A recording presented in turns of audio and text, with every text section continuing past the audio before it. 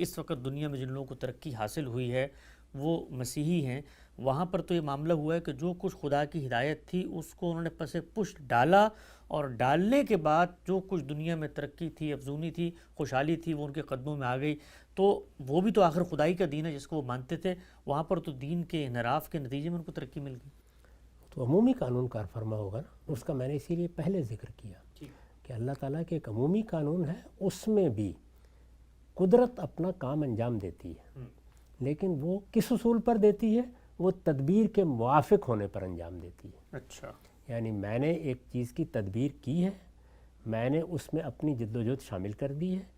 اس کی بنیاد ہی اصل میں سیکولر ہے،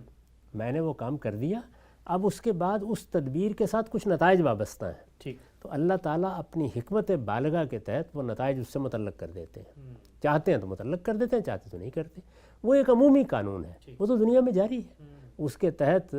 اللہ تعالیٰ یہ تو نہیں کر رہے ہیں کہ صرف انہی لوگوں کو رزق دیں گے جو ان کے ماننے والے ہیں، ٹھیک، وہ تو انہوں نے قرآن مجید میں جگہ جگہ بتایا کہ میرا عام قانون تو ہر وقت کام کر رہا ہے، چنانچہ اس قانون کے تحت دنیا میں نتائج نکل رہے ہیں، وہ اس سے پہلے بھی نکلتے تھے۔ یعنی ظاہر ہے کہ یہ دنیا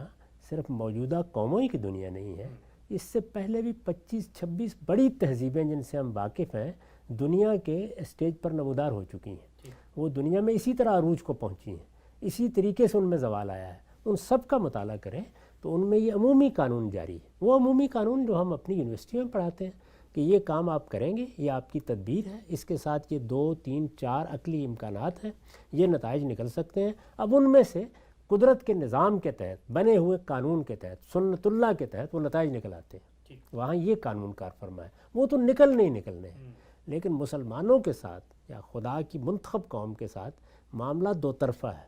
یعنی اگر تو میرے عہد کو پورا کرو گے تو میں اس طرح اپنی نصرت شامل کروں گا، یہاں صرف قدرت کا قائم کردہ نتیجہ نہیں ہے، نصرت بھی ہے، اس سے آگے، یعنی وہ تو ہونا ہی ہے، تدبیر کے ساتھ جو عقلی امکانات وابستہ ہیں ان کو نکلنا ہی ہے، اس سے آگے بڑھ کر یہ ہے کہ میں کمی کو پورا کروں گا،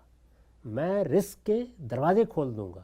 میں زمین و آسمان کے خزانے اگل دوں گا۔ یہ جو دوسرا کام ہے، جو نصرت ہے، جس میں گویا آپ کو ایک برتر طاقت حاصل ہوتی ہے، اس کو ذرا ماضی میں جا کے صحابہ کرام سے سمجھ لیجئے، یعنی صحابہ کرام کے ہاں وہ تدبیری قوت موجود نہیں ہے جس کا لازمی نتیجہ نکلنا چاہیے، یا جس میں وہ نتیجہ نکلنے کے امکانات موجود ہوتے ہیں۔ ان کی طاقت کتنی ہے، روم و ایران کے مقابلے میں حیثیت کتنی ہے، اس کا اندازہ کر لیجئے۔ اس میں اللہ تعالیٰ نے اپنی نصرت شامل کی بہت بڑے پیمانے پر، وہ ظاہر ہے اس عہد کی پاسداری کا نتیجہ ہے، چنانچہ موجودہ مسلمان قوموں کی ابتدا اس سے ہوئی،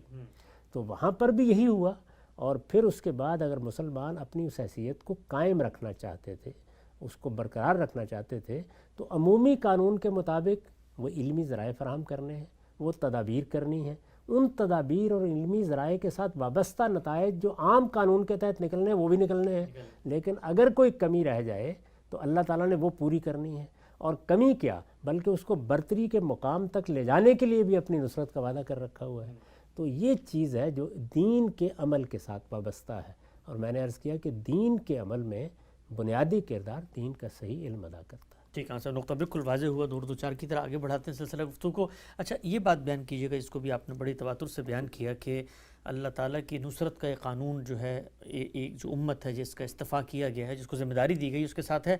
عام طور پر تو یہ سمجھا جاتا ہے نا کہ رسالت مآب صلی اللہ علیہ وسلم جس قوم میں مبعوث ہوئے ان کے ساتھ وعدہ کیا گیا تھا، ان کو کہا گیا تھا لَيَسْتَخْلِفَنَّهُمْ مرد، وہاں پر جو لوگ تھے جو نہیں مانے ان کے اوپر عذاب آیا تھا، جنہوں نے تائید نصرت کی تھی ان کو اللہ تعالیٰ نے دنیا کے اندر فتح اور کامیابی دی تھی۔ یہ کیا اس قوم سے جڑا ہوا ہے قیامت تک؟ اور پھر قوم تو بنی اسماعیل تھی جو رسالت مآب صلی اللہ علیہ وسلم پر ایمان لائی تھی، ہم لوگ جو مثال کے طور پہ ایشین نسلیں ہیں یا افریقی نسلیں ہیں، تو ہمارے ساتھ اس قانون کا کیا ریلیشن بنتا ہے؟ ہم اس وقت مسلمان قوم پر بات کر رہے ہیں، مسلمان قوم کا کور وہی بنی اسماعیل ہے، ٹھیک، یعنی ہماری قوم کی مسلمان قوم کی حیثیت سے تشکیل انہی سے ہوئی ہے، چنانچہ ہمارا مرکز جزیرہ نما عربی ہے، اللہ تعالیٰ کا حرم وہاں قائم ہے،